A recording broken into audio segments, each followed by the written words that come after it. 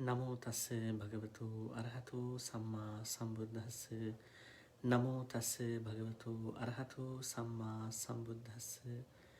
Namo tassa bhagavato arahato samma sambuddhassa. Good evening everyone and good morning everyone. Today we're going to be discussing an insightful topic about normal life, especially in our day-to-day life. There's something called silence, right? So silence and solitude. So the topic for tonight's discussion is the benefits of noble silence and solitude. Now this is very interesting because people have different ideas about silence and solitude. So in today's discussion, I'm going to be looking at the popular view about silence and solitude, as well as the Buddhist view about noble silence. They add the word called noble before silence. The sutta for tonight's discussion is Kolita Sutta or Mahamoggallana Sutta. It is also taken as Mahamoggallana Sutta, which appears in Samyutta Nikaya 21.1. So, the first thing I want to share with you is that what is silence? Is silence something that we all need in our life? So this is really interesting. Now, when you talk about deeper spiritual aspects of silence, it is not just not talking. So not talking cannot be considered as being noble. Not talking is not noble. So there is a different perspective. So I could tell you that noble silence is not just not talking. What you are doing when you practice noble silence is that you are trying to stop your self-talk. Now let's say if I want to practice noble silence now, according to the Buddhist teachings, what I have to do is that I minimize my talking, and then I also need to stop my self-talk. Now, have you ever seen people who stay alone, in their houses? This is a time of isolation too, right? For many. So they are not with other people, but they are self-talking. I mean, positively or negatively. A lot of people, they self-talk negatively. So a lot of events pop up in their mind. Let's say other people, said this about this particular person, and something happened the other day in the past. Something will happen. So that person is self-talking.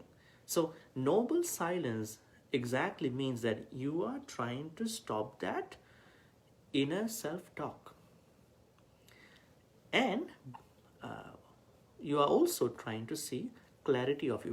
Whenever you stop your inner talker, I would say self-talker, that is the place you're gonna look at your clarity. So that's what we want.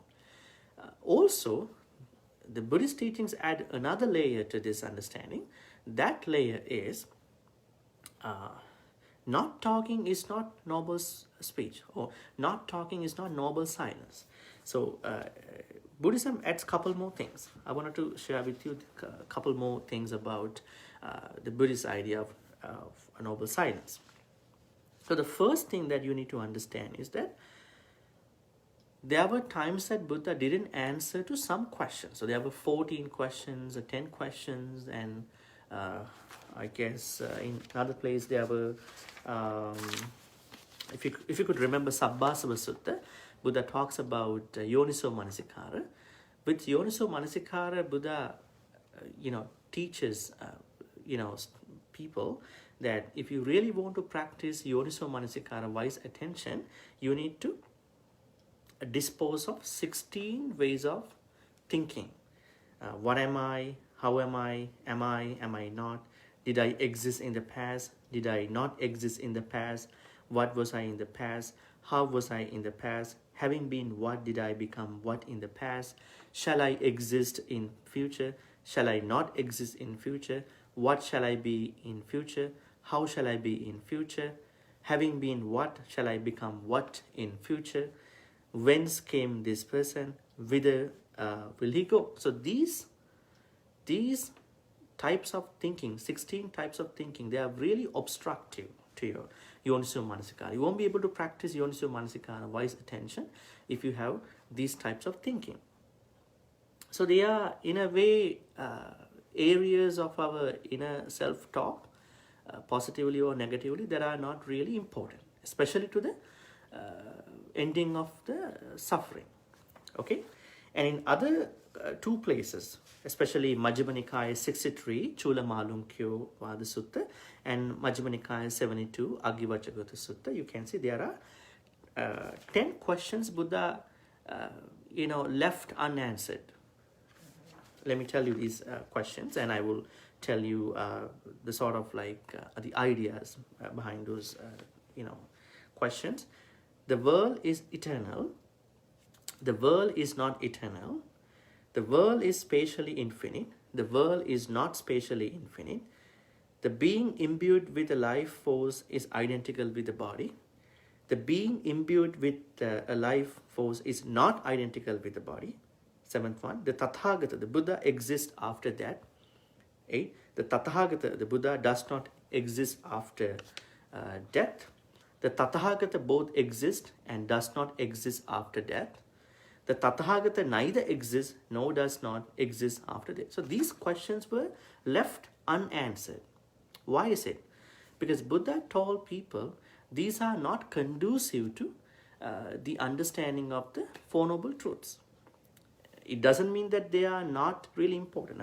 Now in other contexts, I could say Buddha never indicated any misology or disdain for philosophy. On the Buddhist part, especially, someone can think, why did the Buddha not answer these questions? They are normal questions in today's life. But Buddha said these are not relevant to the ending of suffering, dukkha. So that was the main reason. Otherwise, he didn't have any misology or disdain for philosophical questions. So, as I told you at the beginning, the noble silence is not talking. But apparently you can see someone who is practicing noble silence, at the retreat centers or, in their houses, they may not talk a lot. They're going to keep quiet. But the real noble silence is not talking. Because not talking is not noble. The real noble silence is that you are investigating what you talk. You're going to look at how my words arise. At the same time, you stop your self-talk. You stop, because we always self-talk, thinking about, and you are talking to yourself. You are making that self-talk all the time inside of you, either positive self-talk or negative self-talk. So the point or the place where you stop that inner self-talker, that is a noble self-talk. But in today's sutta, what you call Kolita or Moggallana Sutta, Samyutta Nikaya 21.1, we're going to be sharing with you, I'm going to be sharing with you, what is the precise noble silence according to the Buddha. It is none other than attaining the second jhana. It is none other than attaining the second jhana. But before I jump into that part, reading the Pali Sutta and explaining what is second jhana, I would like to talk about noble silence in normal, generic aspects, so that you will understand the importance of, staying on to noble silence. And when you are in noble silence, and you are also then practicing solitude. What is solitude? Now, in many suttas, if you can take a look at many suttas, Buddha talked about a place called, a couple places for someone who wants to meditate. Aranyagatova, Rukkamulagatova, Sunyagaragatova. Aranyagatova, if someone wants to practice meditation in forest. Rukkamulagatova, if someone wants to practice meditation, you know, in front of a tree. And Sunyagaragatova, if someone wants to practice in an empty place, right? So this empty place is very interesting because that is somewhere you have to understand by what you call solitude. So solitude is something which is always encouraged, not because you are trying to isolate from other people, just to stay onto a different type of life, but you are trying to see yourself in reality. So that is the main point of why you want to isolate from other people, just for a short time, maybe for a short time, maybe for a long time, but you are not sort of like disdain or sort of like underscore the societal norms. But the main reason why you may choose an empty place is to look at your clarity and to see more clarity within you. So that's something that you need to understand. So noble silence is exactly stopping your inner talker, positive or negative talk. It's not just not talking.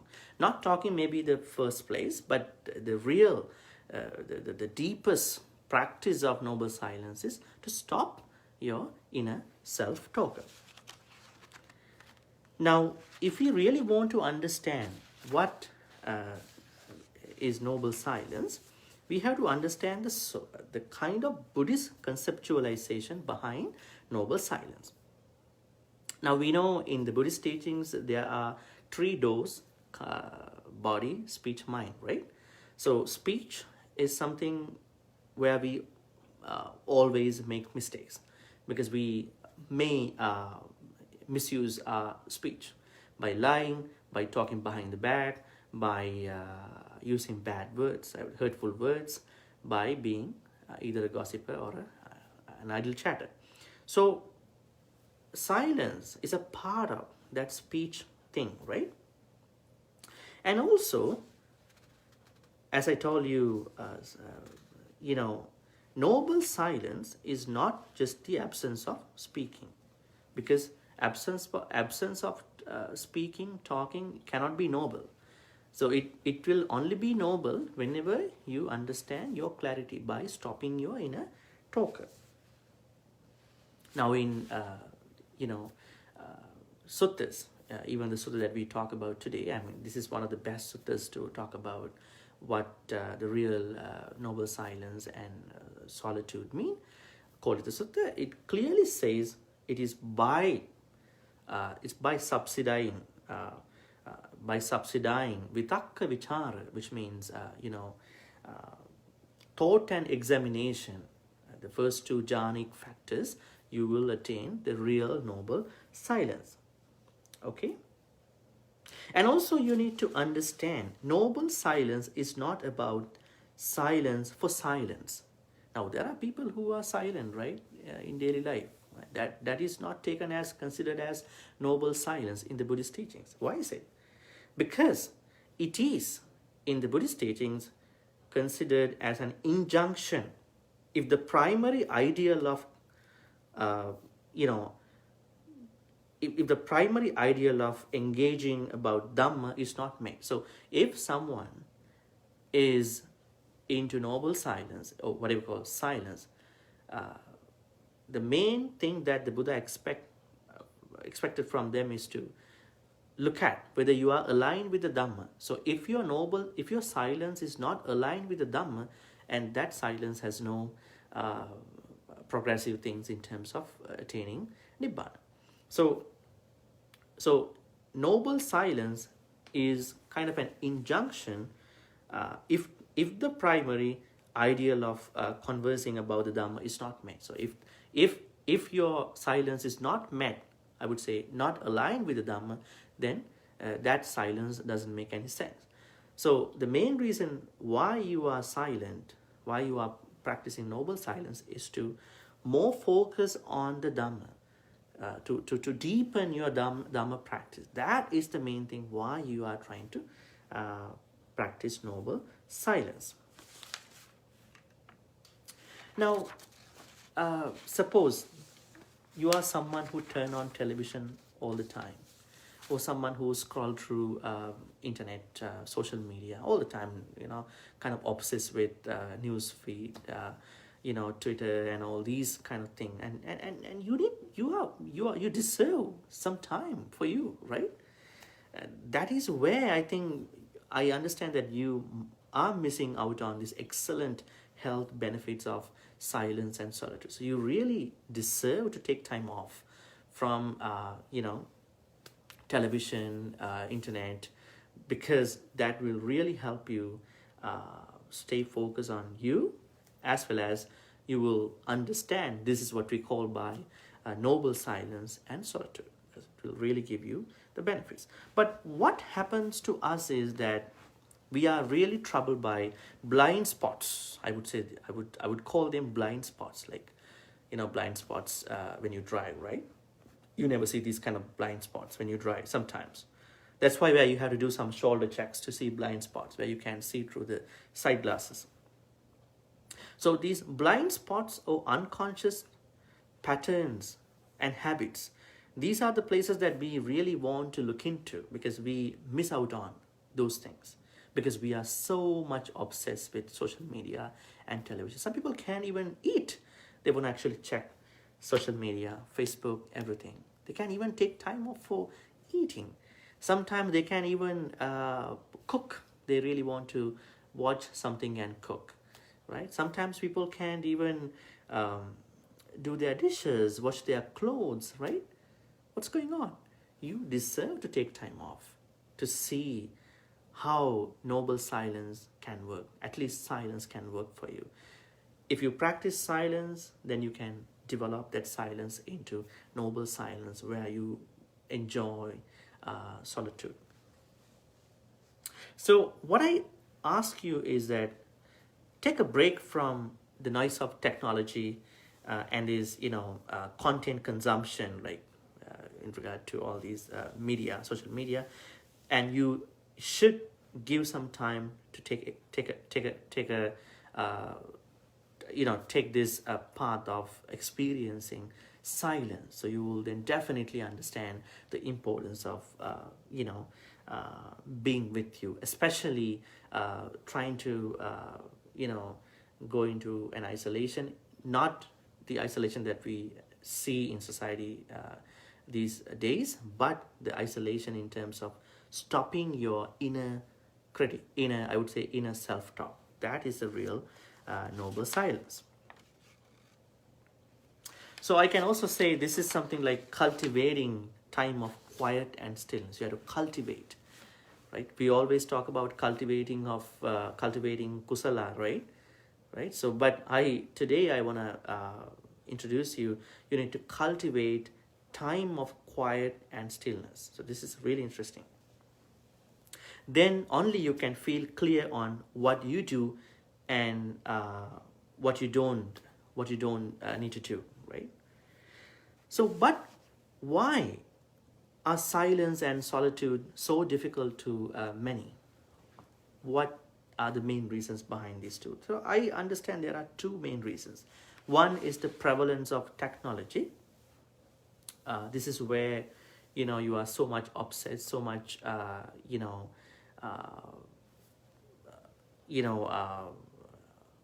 especially connected to this virtual stuff. On the other hand, it is what you call by cultural mindset of task orientation. So one is the prevalence of technology, the other one is cultural mindset of task orientation. So we are kind of like programmed to do certain things on a daily basis. So in other ways, what I can say is that we are kind of task oriented and efficiency focused. So we kind of always task oriented. I had to start I had to start my day this way. I had to spend my day this way. I had to do this and that. I had to approach something, someone today. I had to achieve this level of success today. I have to meet my efficiency by the end of day. So all these are kind of like program kind of things. So I would call them cultural mindset of task orientation, because we are trying to meet tasks at the same time, end up with efficiency. So focusing on efficiency. So those are the two things why people think that they can practice silence and solitude. But if you get over the technological part, as well as your this task orientation mind, right? Task oriented mind, you will be able to really practice noble silence as well as solitude.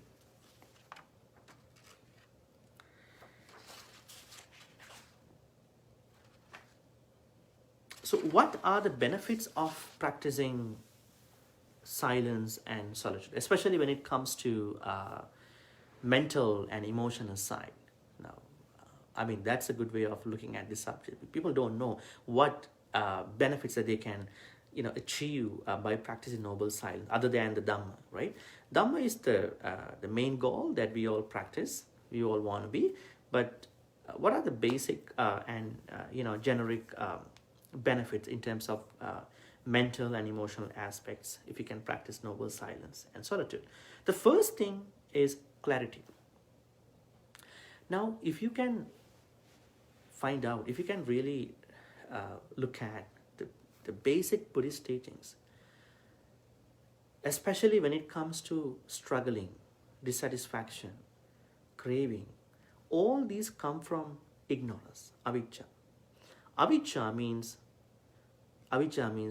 ignorance or no clarity. Because this no clarity part is the biggest hurdle in our life, because we get angry now, especially when it comes to more importantly, lobha dosa moha, right? So lobha and dosas, greed and hatred, they all come from avijja. Now, I normally teach people that I know when they have some issues about greed and hatred. I always tell them, you know what? You have to overcome generic levels of avijja rather than you think about greed and hatred, because greed and hatred, they are outcomes of avijja, ignorance or moha. If you can really tap into clarity of everything, day-to-day life events, phenomena, life, relationships, that will really help you not to be greedy, not to be angry. But people don't look at moha side, avijja side. They take lobha, okay, why I'm getting this greed, why I'm having this greed, why I'm having this anger. So they are taking,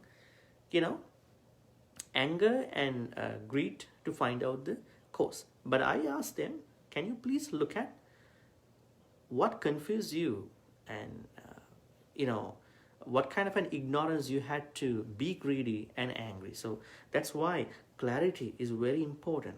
So if you are someone like who is always kind of like beset with your activities and chores, you will never have time to look at what's going on. You will never have clarity about yourself and about what you do and about what you do with other people.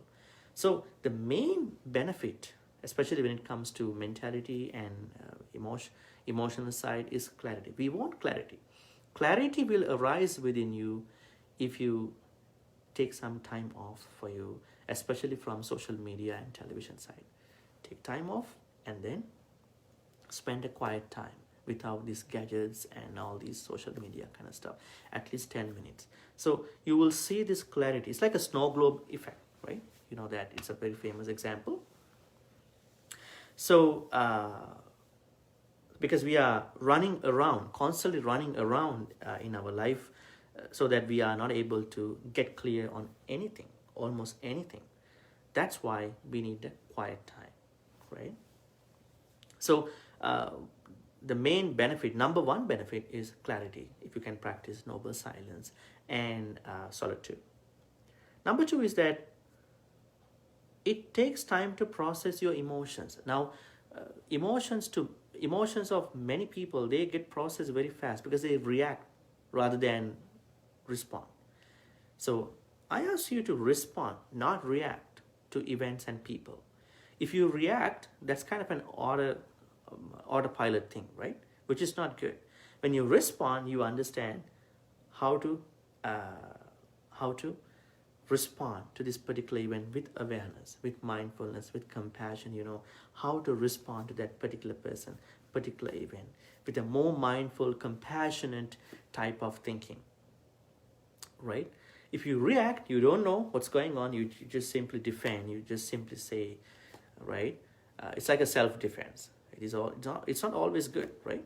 So you have to be very careful, because if you don't practice noble silence and solitude, you will not take time to process your emotions. So if you practice noble silence, you will take time to process your emotions. That's a really good thing, because then you will minimize a lot of hassles, a lot of harmful things that can happen to you and to other people. Number three, you're gonna be someone who is making better decisions, because if you take time to make decisions, you will make good decisions, not poor decisions. A lot of people, they don't take time to think about something, right? And if you allow your brain to process your emotions, if you allow yourself to make decisions within a sort of period of time, then they will really help you to make good, wholesome decisions, right? So clarity, and it will really help process emotions really good. At the same time, you're gonna be a good decision maker, not a decision maker who is making random decisions and then making a lot of confusions. Health wise, physical health wise, there are benefits too, especially relaxation. If you take time to think, if you take time to in this case, if you take time to stop your inner talker, self-talker, positive or negative, what can happen is that you will relax easily, you will see clarity within you. That will really help your body's natural repair mechanism. Now, this is really interesting. We all have this natural repair mechanism. When you are not taking time off to, things like a practice of noble silence or solitude, and that natural repair mechanism is disabled, right? Or those mechanisms are disabled. So you need to enable your body's natural repair mechanism so that you can heal faster if something happens to you from the side of mental issues like stress, depression, anxiety. You will be able to heal faster because your body's natural repair mechanisms are enabled all the time. Because they will be enabled all the time only because you take time off for noble silence and solitude. Okay, now it's a good time to jump into the sutta that we're going to be talking this topic today. Kolita Sutta or Moggallana Sutta. The same sutta has two names. Kolita is the lay name of Mahamoggallana, Arhan Mahamoggallana. Okay, what's going on in the sutta? Let me see.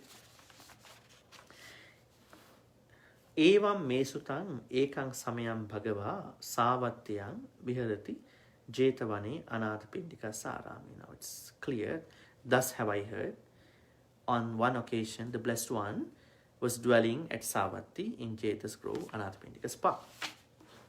Tatrako ayasma Mahamoggallano bhikkhu amantesi. This is interesting. So Arhat Mahamoggallana addressed the gathering.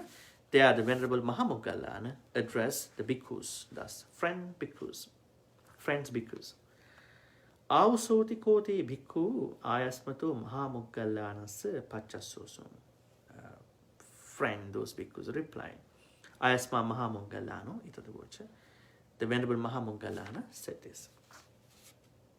Now, this was kind of something that happened to him when he was taking time off in seclusion. Idaha maihang avso rahogatassa patisallinassa evang chetaso parivitakko udapadi. Here, friends, while I was alone in seclusion, a reflection arose in my mind thus. Ariyo tunhi bhavoti uchati. Katamonuko ariyo tunhi bhavoti. It said, noble silence, noble silence. What now is noble silence? So now, Arhan Mahamoggalana, explains what noble silence is. Okay. Tassa maihang auso itadahosi. Ida bhikkhu vitakka vicharanang vupasama ajjattang sampasadanang chetaso ekodi bhavang avitakkang avicharang samadhijang pītisukang dutiyajjanang upasampajja viharati ayang uchati ariyo tunhi bhavoti. So in short, what Arhan Mahamoggalana explains here is the noble silence is nothing but attaining the second jhana. In English, we can say, here with the subsiding of thought, vitakka, and examination, means vichara, a bhikkhu enters and dwells in the second jhana, which has internal confidence and unification of mind. Okay, is without thought and examination and has rapture and happiness born of concentration. This is called noble silence. Dhamma friends, I wanted to tell you something really interesting here. How many of you know what jhanic factors are disposed of at different jhanas? First jhana, second jhana, third jhana, fourth jhana, right? There are material jhanas. The first 4 jhanas are material, and the rest of the 4, they are immaterial. So normally some yogi, a meditator, starts with Rupavachara, the first, second, third, 4 jhanas. So what you have to understand in this jhana explanation, I want to tell you, in addition to this second jhana, because second jhana, attaining second jhana is the noble silence. I want you to understand what happens to a yogi, meditator, when they are reaching different jhanas. Now, in the first jhana, what happens is that the yogi will maintain pīti, sukha, and vitakka vichara. Now, when someone practices, so how is it given in the suttas? Now, I wanted to take another sutta to talk about jhanas, right? This is called Satcha Vibhanga Sutta, Majjhima Nikaya. Okay, in that sutta it says, Viviccheva kamehi viviccha akusalehi dhammehi savitakkang savicharang vivekajang pītisukang patamajjana. Viviccheva kamehi viviccha akusalehi. What does it mean? Now, when a yogi abandons sensuality, kamehi, akusalehi means unskillful activities, then only the yogi can attain the first jhana. Now you will understand, if you really want to attain the first jhana, you need to abandon sensuality as well as what you call unskillful activities. Viviccheva kamehi viviccha akusalehi dhammehi. Then only savitakkang savicharang vivekajam pītisukam patamajjanam. So then what are the jhanic factors involved with someone who is attaining the first jhana? Okay, these are the factors. You will have pīti. Now a lot of people translate pīti to be joy. No, it's like meditative joy. It's called meditative joy. And then sukha. Sukha means meditative happiness. Otherwise, you might think it's happiness that you all have through different things. So you will have piti, meditative joy, and sukha means meditative happiness. And vitakka vichara, with vitakka vichara, you will have piti and sukha. So there are 4 jhanic factors are involved with someone who is attaining the first jhana. What are they? Piti, sukha, vitakka, and vichara. Piti means meditative joy. Sukha means meditative bliss or happiness. And vitakka means what you call applied thought. Vichara means sustained. I mean, these two have to be kind of like need some explanation. What is vitakka? What is vichara? Now, vitakka, vichara simply mean, now when someone wants to direct one's thoughts to focus on a physical or mental object. Now, meditators, they normally focus on some objects, right? Because when that meditator reaches arupavachara level, there are no objects because they are arupavachara, right? So at the level of material jhanas, they have to have a kind of an object. So that object is a part of vitakka. Vitakka is normally an object. And vichara is gliding. So whenever someone a yogi takes an object, that yogi has to glide, sustain on that particular object. So vitakka, vichara, they are interconnected. Through vitakka, vichara, one reaches a sort of meditative joy, piti, and meditative happiness called sukha. But still, the yogi is not able to attain the rest of the jhanas because piti is an impediment to what you call impediment to to the peaceful mind, because when you have even meditative joy, you're kind of struggling. And sukha is also an impediment to the calmness of mind. But you are initiating the process of, composure, calmness. The first level is that you, using an object that is called vitakka and gliding that object called vichara, you are having this meditative joy and meditative happiness, piti sukha. But still your mind is agitated because you still have piti sukha, right? That is at the first jhana. We call it the first jhana, where you have vitakka and vichara with piti and sukha.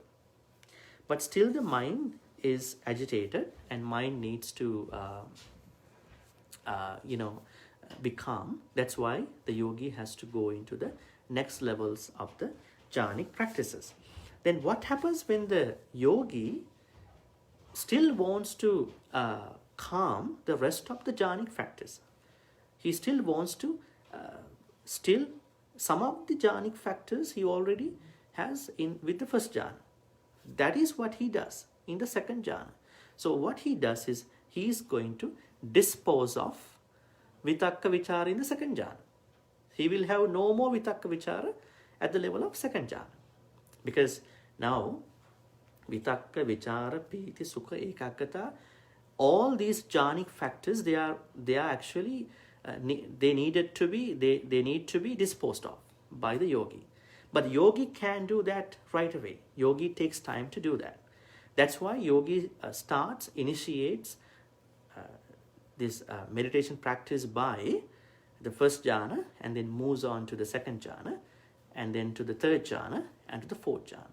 At the level of first jhana, what he does is he still needs some objects and some kind of gliding, kind of like traveling with that object, so that he is able to have meditative joy, what you call by piti, and then meditative happiness which is called by sukha.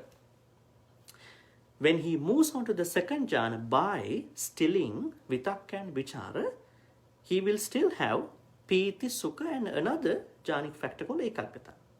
So he still has to quieten these three, what you call meditative joy, meditative happiness, and ekaggata, unification, I would say single-mindedness. Now, a lot of people, they don't know that samadhi, what you call concentration, or single-mindedness is also an agitator.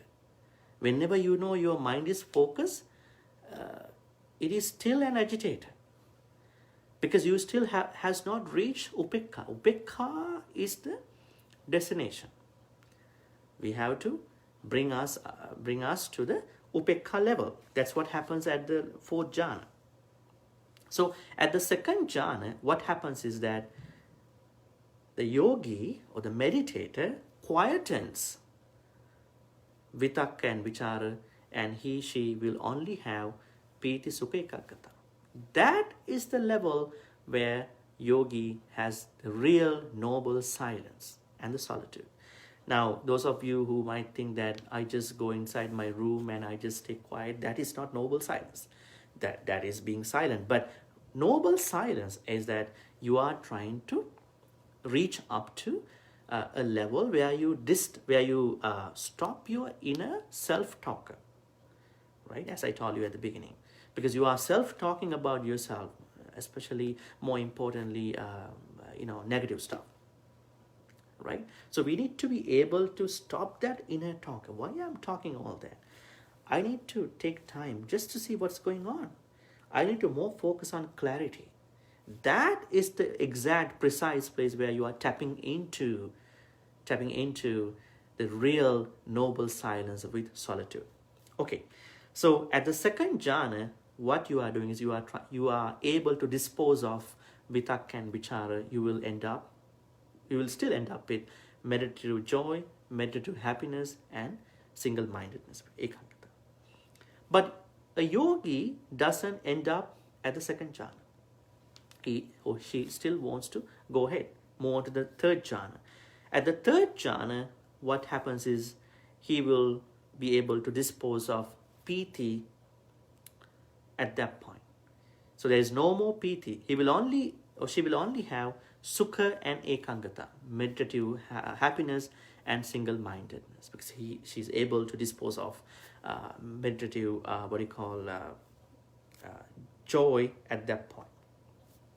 Let me read that in Pali.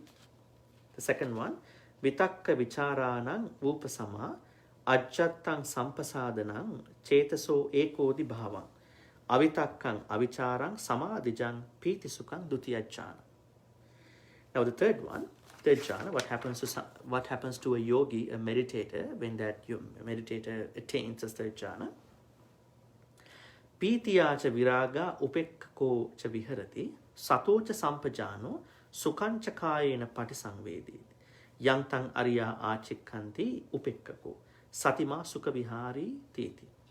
Now, Dhamma folks, yogi still thinks single-mindedness and meditative happiness, they also agitators to the mind. She still doesn't like to end up with meditative happiness and single-minded. So still want to dispose of those two as well, because wants to reach upekka, equanimity. That's the real most important, the place where you can find out the supreme calmness, right? So when the yogi or the meditator reaches the third jhana, then at that point, yogi is able to dispose of piti, which means meditative joy, sukha, meditative happiness, vitakka vichara already disposed of at the second jhana, applied thought and sustained thought. But still, the yogi or meditator is struggling with sukha and ekaggata. He is struggling because happiness is a struggle. Now, people are trying to be happy, right? But in reality, happiness is a struggle. Even you have happiness, you are so much worried about happiness, whether my happiness can be changed tomorrow, right? So yogi doesn't like to stay on to happiness. She wants to reach up to upekka. Upekka is the highest goal in the Buddhist teachings. I mean, in understanding the bliss. So what happens? The yogi moves on to the next stage called the fourth jhana. In the fourth jhana, this is the typical explanation in Pali. Sukhassa cha pahana, dukkhassa cha pahana, no happiness, no unhappiness. Pubbeva somanassa domanassanang attangama, adukkang asukang upekha sati parisutti, chatuttang jhanang upasampajja viharati. Okay, very interesting. Now, when the yogi reaches the fourth jhana, what happens is then the yogi has the purity of equanimity and mindfulness. The yogi will not have piti, sukha, ekaggata, vitakka, vichara. Right? Now we know the typical 5 jhanic factors. Vitakka, vichara, piti, sukha, ekaggata. So these jhanic factors will be disposed of at the point of fourth jhana. At the point of fourth jhana, the yogi or the meditator will really tap into equanimity and mindfulness, because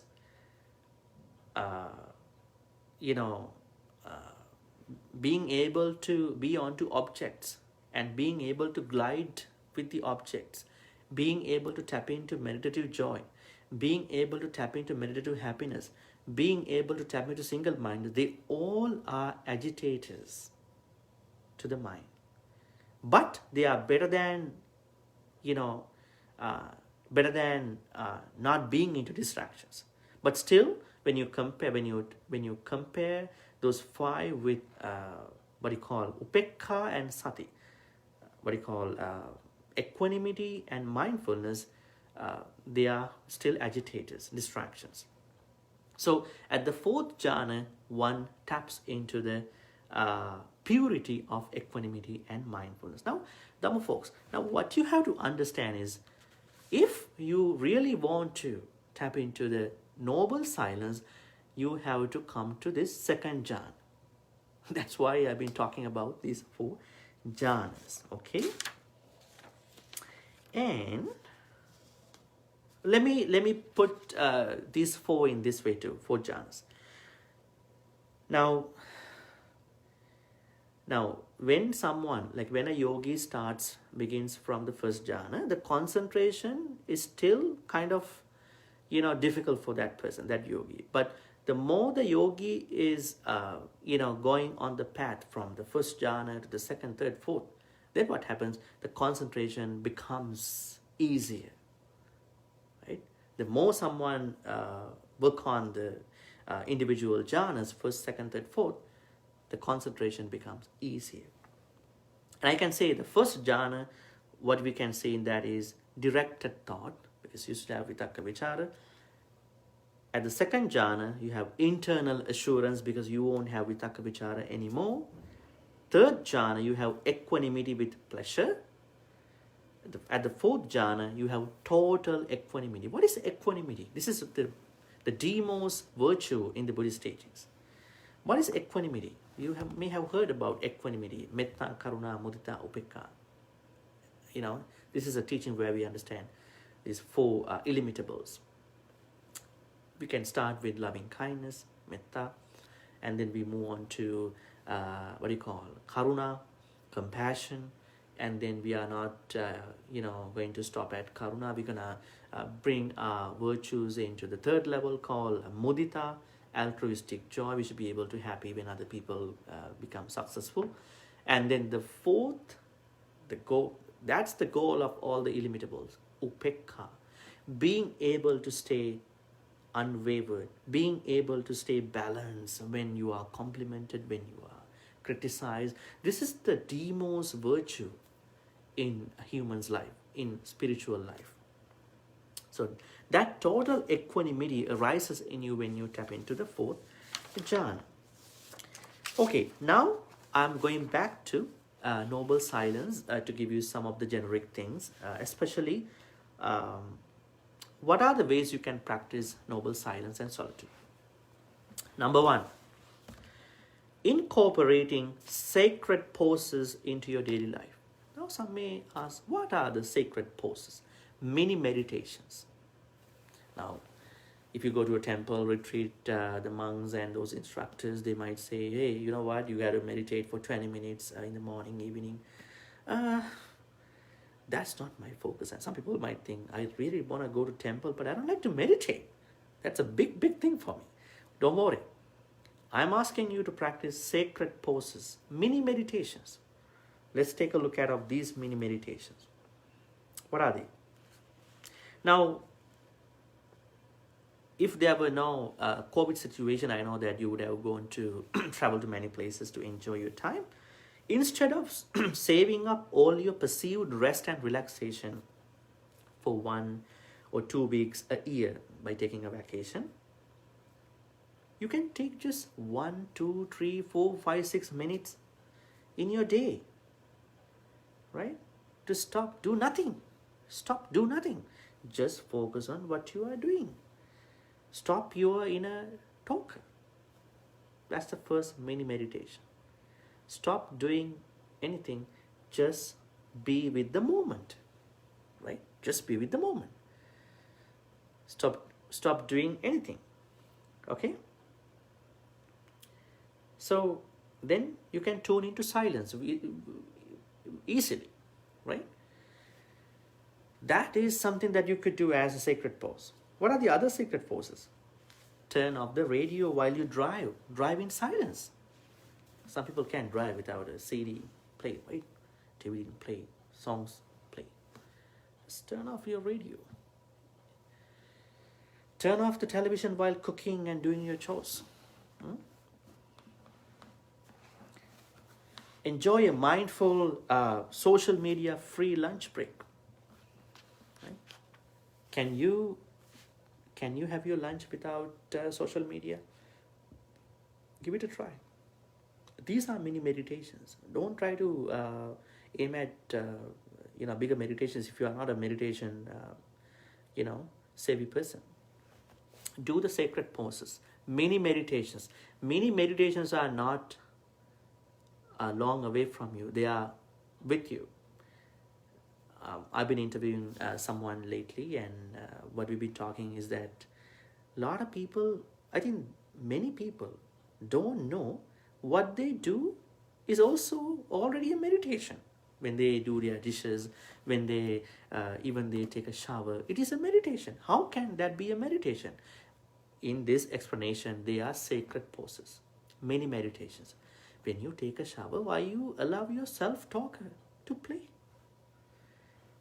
Just enjoy your shower. See how the water drops flow through. How they drain. See what's going on when you take a shower. When you drive, just focus on what's going on. I know you have to focus on it, right? But at the same time, just be with that particular thing. So don't miss out on these sacred poses. And sacred poses, just incorporate sacred poses into your day. That is the best way of practicing silence.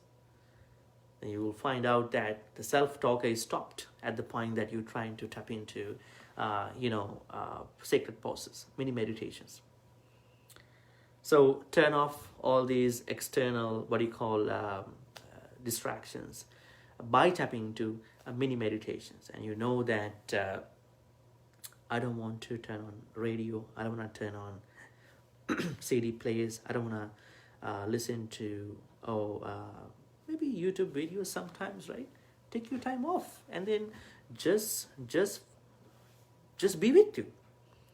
And being with you will really help you into practice noble silence. That's the best way to practice noble silence.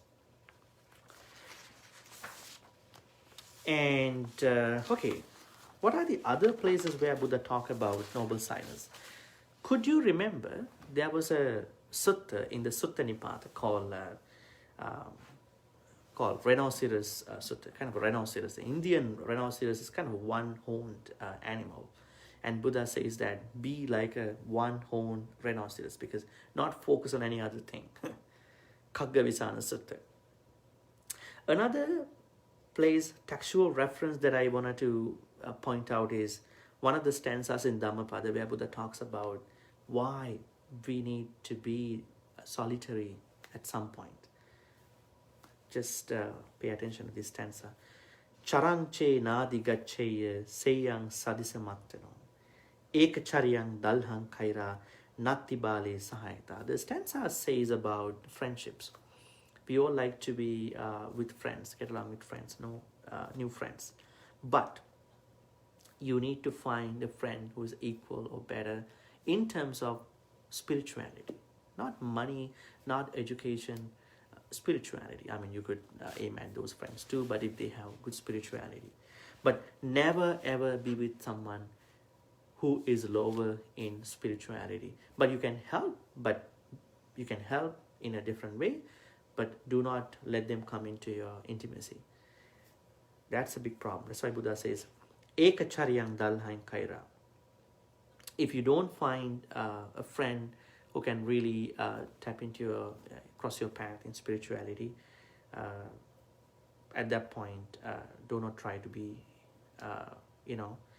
with fools, with unwise people, because solitary life is more important than being with unwise people. And also, in some other places, like in the Vinaya, when the monks want to know the approval, consent of a particular event, they always use this tunhassa yassa nakkamati statement. Tunhassa yassa nakkamati means they don't say we approve it, they just keep silent. Then the other monks know that it is approved, right? Tunhassa yassa nakkam. So it's a way of approving thing. Okay, so these are the main things I wanted to, touch down today. So you need to understand. Okay, one more thing. Now, some people think keeping the noble silence means you are not, maintain pleasantness with other people. Sometimes you may have to, practice at different specific places these practices of noble silence and solitude. But it doesn't mean that you need to, you don't need to acknowledge other people. You can acknowledge other people with a smile or a bow, right? You are not denying their presence, but you are not talking because you are trying to investigate why you want to talk and what are the contents of my talk. At the same time, you are trying to deepen, you are trying to investigate your speech, but when other people, get to see you, or when you get to see other people, you acknowledge them with a smile and bow, rather than trying to talk with them, right? So that is something you can maintain in terms of noble silence. So noble silence doesn't mean that you are not talking. You are not just talking. You are not talking because you want to direct your clarity towards Dhamma. So that is the main thing. Other than that, you are not just being silent. That makes nothing you to be noble. Noble silence is a place where Buddha asks us to look at our speech, at the same time stopping our inner talker, so that we will see more clarity. So this whole thing needs some solitude. That's why this solitude is good for us time to time, because then we have a time to repair us, time to look at us, time to look at our thinking, our talking patterns, what we talk, because some people, they are not able to talk wisely. They're going to hurt other people, they're going to lie, they're going to talk behind the back, they're going to be gossipers, they're going to be idle chatters. They can't stop talking too. I mean, in a way, not talking is good, but noble silence is much, much higher than than this, mere not talking. So it's something much higher than that. But one can start with this silence, normal silence practice, and then can slowly, gradually move on to the noble silence, to a level where you're gonna stop your inner self-talking. Okay, so that's what I wanted to share with you today. And let's share all the good karmas with the departed relatives and the deities. May all the good karmas be shared by all the departed relatives who passed away in the name of all of us. May they be happy and peaceful. May they attain the supreme bliss of Nibbana. Sadhu, sadhu, sadhu. Idammi ñāti nang hotu sukita huntu ñātayo. Idammi ñāti nang hotu sukita huntu ñātayo. Idammi ñāti nang hotu sukita huntu ñātayo. We also need to share good karmas with the deities who protect and bless all of us. When you look at samsara, we know devas, nagas, these deities are also kind of like stuck in the samsara. So may all the good karmas be shared by all the deities, and may they also attain the supreme bliss of Nibbana. Sadhu, sadhu, sadhu. Ettavatacha ammehi sambhatang punya sampadang sabbe deva anumodantu sabbe bhuta anumodantu sabbe satta anumodantu sabba sampatti siddhya akasattha cha bummattha devanaga mahittika punyantang anumoditva chirang rakkang tuloka sasanang Chirang rakkang tude sanang chirang rakkang tumang paranti. Finally, let's make a great wish. May all the good karmas we've been accumulating in all these ways be helpful for all of us to attain the supreme bliss of Nibbana. Sadhu, sadhu, sadhu. I'm going to be blessing you with a couple more stanzas. Please receive the blessings. Abhivadana siris nichang vandhapachayino Chattaru Dhamma Vandanti Ayuvannu Sukhang Balang Ayurarogya Sampatti Sagga Sampatti Mevacha Ato Nibbana Sampatti Iminati Saminchatu. Sadhu, sadhu, sadhu. Okay, stay tuned with us because there are more interviews and discussions going to come. At the same time, please continue to take care of yourself. Take care. Have a good night. Have a good morning for those who are joining from Asia. Thank you.